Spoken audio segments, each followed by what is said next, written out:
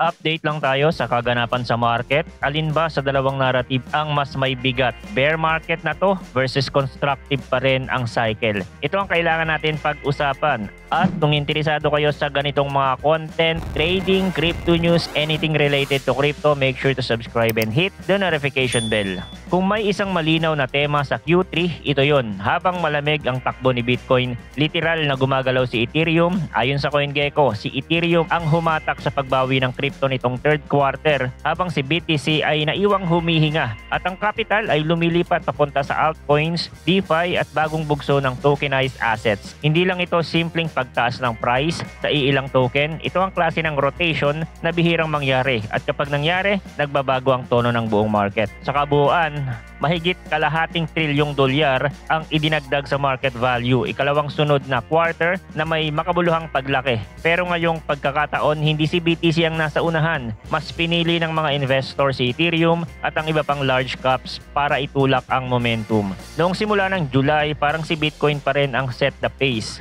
Maaga siyang gumawa ng fresh high, pinalakas ng retail interest at mga funds mula sa spot ETF. Pero pagdating ng September, nag-ibang eksena. Habang kumalma si BTC, sumiklab si Ethereum. Pinagsama-samang puwersa ang nagtulak dito, pumasok din ang ETF demand, umusbong ang interest sa tokenized real-world assets at muling napatingin ng ilang corporate treasuries kay Ethereum. Umabot si Ethereum sa panibagong high bago bahagyang umatras, isang galaw na ayon sa CoinGecko, tumatak bilang isa sa mga defining shifts nitong quarter. Makikita din natin ang biglang pagkabuhay ng trading activity pagkatapos ng dalawang sunod na quarter na mahina. Lumipad ang spot volumes hindi lang sa mga centralized exchange kundi pati sa decentralized venues. Ang mahalaga, hindi lang kung gaano kalaki ang volume kundi kung saan ang flow. Ang meme coins na matagal nang tinitingnang pasulpot-sulpot lang, ang mga bagong favorite gaya ng M ay kumaladkad pataas sa charts. Ang stable coins tulad ng USDE ay lumawak ang saklaw at may mga altcoins na dati halos walang nakakakilala ang biglang pumasok sa top 30 ayon sa market cap. Ang DeFi na tila napagod noong huling bahagi ng 2024 biglang sumigla ulit. Tumaas ang total value lock sa lending at staking protocols kasabay ng pag-akyat ni Ethereum, parehong pattern na tinukoy sa report. Sa likod ng price action, may mas malalang pagbabago sa appetite ng investors. Lumiliit ang share ni Bitcoin sa kabuuang crypto market, isang senyales na ang pera ay lumilipat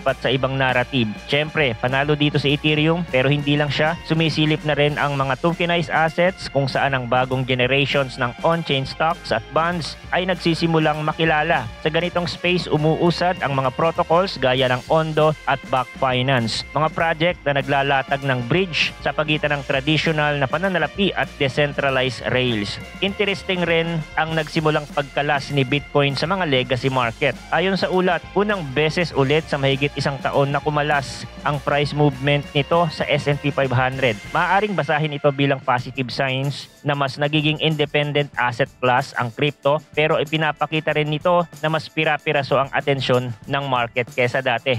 Kahit ang mining sector ay naabot ang sariling mga record, all-time high sa hash rate at magagandang return sa miner-focused ETF. Pero kahit may ganong fireworks, ibang spotlight ang hinahabol nitong Q3. Sumisibol na mga token ang momentum ni Ethereum at ang pagbabalik sigla ng DeFi. Kasabay ng shift na yan, may malakas na counter-narrative na pumasok. Si John Glover, isang Elliott Wave analyst at CIO ng LED, ay walang paligoy-ligoy sa babala. Para sa kanya, tapos na ang Bitcoin bull market na nagsimula pa noong 2023. Ang konteksto, mula sa record na lampas $126,000 bumulusok si BTC hanggang $104,000 bago tumawid sa kasalukuyang antas na nasa paligid ng 111,000.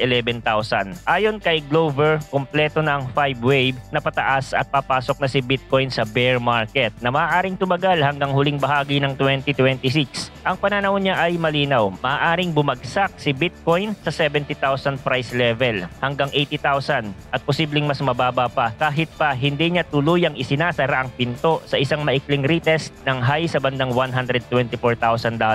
Kung sakaling umangat ng kaunti, mas malaki raw ang tsansang mas mababa pa rin ang price paglipas ng ilang buwan dahil nagbago na ang mas malawak na trend. Para sa mga hindi pamilyar sa Elliott Wave, actually meron akong tutorial nito sa article noong 2019 pa. Pero Pero simplihan natin, nakabase lang ito sa idea na ang collective psychology ng market ay gumagalaw sa paulit-ulit na pattern. 5 wave, kasama ang pangunahing trend at 3 wave na pabalik. Sa kaso ni Bitcoin, nagsimula raw ang bullish 5-wave pattern sa huling bahagi ng 2022 noong sub $20,000 pa lang ang price at nagtapos sa wave 5 na bagong record ngayong buwan na lampas $126,000.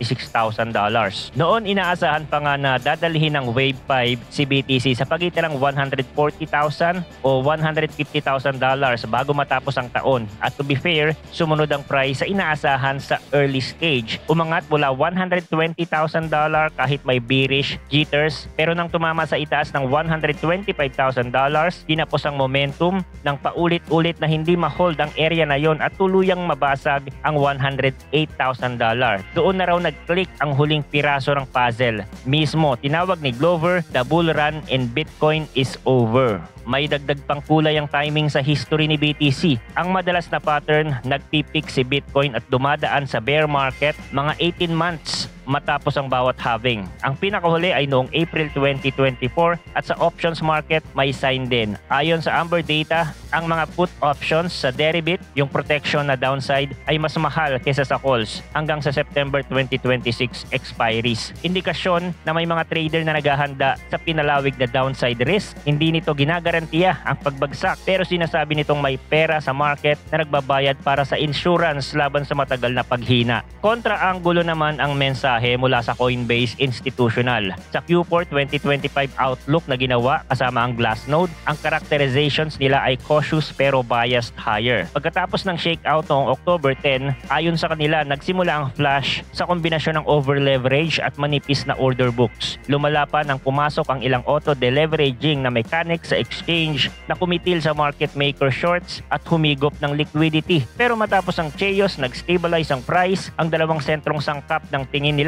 sa year-end setup, liquidity at macro. May binabantayan ng Coinbase na Global M2 Money Supply Index na ayon sa kanila, historically ay sumusunod si Bitcoin at may lead time na humigit kumulang 110 days. Sa simula ng quarter so 40 pa ang itsura nito kahit may babala sila na pwedeng humigpit ang condition bandang late Q4. Dagdag pa, inaasahan nila ang 2 rate cuts mula sa Federal Reserve bago matapos ang taon. Isang shift na posibleng magkumbinse ang bahagi ng cash sa money market funds na lumipat pabalik sa risk assets. Sa pananaw nilang market plumbing, positibo rin ang galaw, malapit o nasa record levels ang stablecoin supply at monthly volumes, indikasyon na mas marami ng payments of transfers ang dumadaan on-chain. At ang US spot ETF infrastructure para sa Bitcoin at Ethereum ay lalong lumalalim. Ginagawang mas accessible ang allocation para sa trade allocators at pinapalalim ang market depth. Hindi ito maingay na balita, sabi nila, pero ito ang realist na nagpapanatili ng circulation ng liquidity kahit naging wild ang volatility.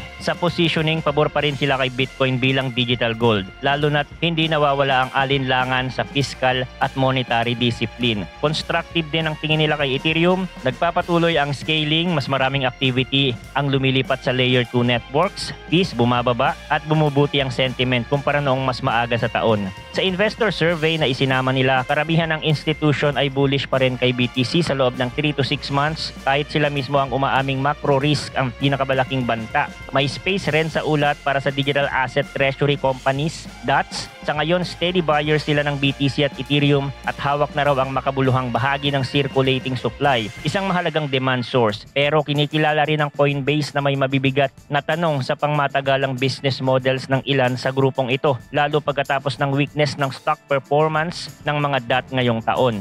Hindi rin nila minamaliit ang risk mula sa missing US data dahil sa government shutdown hanggang sa posibilidad na kumupas ang liquidity pagsapit ng November at pati ang alanganin sa DATS. Lahat yan ay dahilan para mag-ingat sa laki ng position at sa time horizon. Ngunit ang bottom line nila, sa kabila ng lahat, supportive pa rin ang kombinasyon ng liquidity conditions, policy progress at lumalawak na on-chain usage. Pinangungunahan ng stablecoin at matured na ETF rails, papasok ng year-end at kung mananatili ang mga support, si Bitcoin ang may pinakamahusay na pwesto para manguna. Price action update din tayo kay BTC. Kung titingnan natin yung price action ni Bitcoin, nasa loob pa din siya ng range ng 20,000 daily candle. May attempt of recovery pero nasa downtrend channel pa din yan sa mas mababang time frame. Para makapag-build ng momentum ang bulls, kailangan niya basagin ng 116 or $117,000 resistance area at manatili above that level. Pwede siyang mag-form ng lower high dito